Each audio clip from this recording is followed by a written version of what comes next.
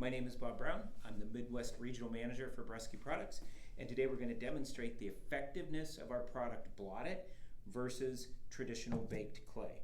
So what we have on our plexiglass are 15 drops of industrial oils and grease. Use crankcase oil, tars, paraffin, animal fat, and cooking grease.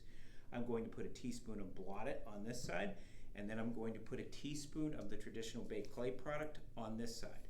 And what I would like you to notice is the effectiveness of Blot It versus the traditional baked clay. So as I move the Blot It around on the surface, you'll notice that the Blot It arrests the spill into the Blot It product itself, and you dispose of the Blot It product.